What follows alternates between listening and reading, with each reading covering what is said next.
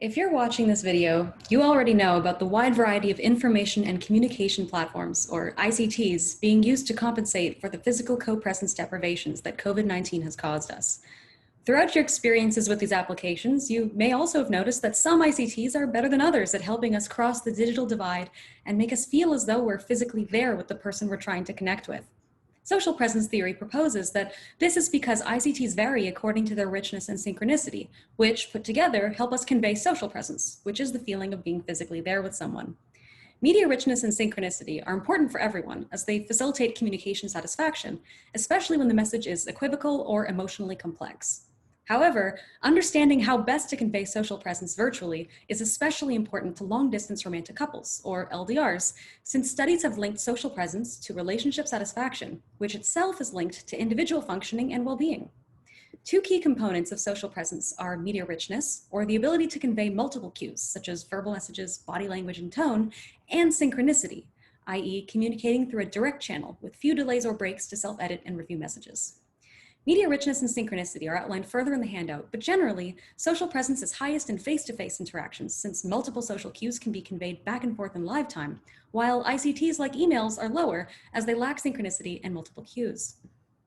Past research has established that traditional LDRs compensate for missing physical co-presence by using rich and synchronous ICTs more, and that LDRs actually maintain similar couple satisfaction levels to geographically close couples because of it.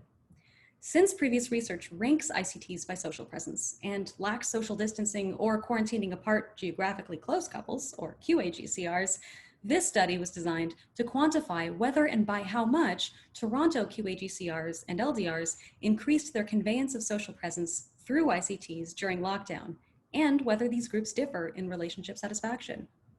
Based on LDR research, this study hypothesized that only QAGCRs would increase their use of rich and synchronous ICTs during lockdown to mimic LDR's relationship maintenance behaviors. It was also hypothesized that QAGCRs would have lower levels of couple satisfaction than LDRs, since their separation was often sudden, involuntary, and sustained. This non-experimental study had 99 eligible social distancing participants from Toronto, 79 QAGCRs, and 20 LDRs. In addition to answering general questions about their relationship and separation, participants self-reported their ICT usage and preferences in an average week before COVID and during lockdown. They then completed Funk and Roge's 16-item couple satisfaction index, which has high convergent validity and a high reliability score of 0.98. The social presence score of every ICT was quantified using the original social presence scoring system in Table 1 on the right, which was based on Dennis and Valasish and Dafton Lengel's ICT rankings. The summed social presence score of an ICT was then multiplied as a coefficient by the number of hours it was used by a given couple. These products were then summed according to each couple's ICT usage in an average week, and the sum total yielded the couple's social presence ICT score. This process was done for every couple's ICT usage before and during COVID. Due to positive skew and uneven group sizes, robust UN two-tailed t-tests for independent groups were used to compare relationship satisfaction and ICT use between QAGCRs and LDRs. Tests for dependent groups were used to compare the social presence of couples' ICT use before COVID and during both Toronto lockdowns put together, so March 2020 and this past fall. Results suggested that QAGCRs conveyed significantly more social presence via ICTs during lockdown than they did before March 2020, whereas LDRs showed no significant change in ICT use. QAGCRs and LDRs did not differ significantly in couple satisfaction.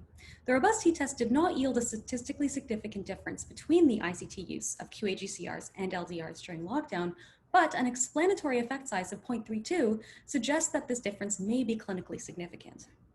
Further research is required to investigate QAGCRs' unique emotional experiences during COVID so that appropriate resources might be provided to them accordingly.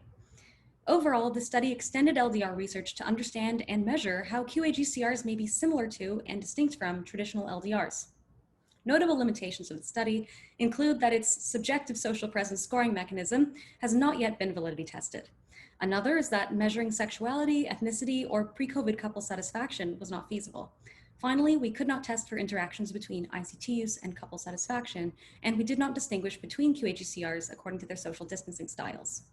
This study hopes to inspire future media psychology research on the many important social interactions that now take place online, so we can help these platforms better serve our social and psychological needs during these distressing and isolating times. Thank you very much.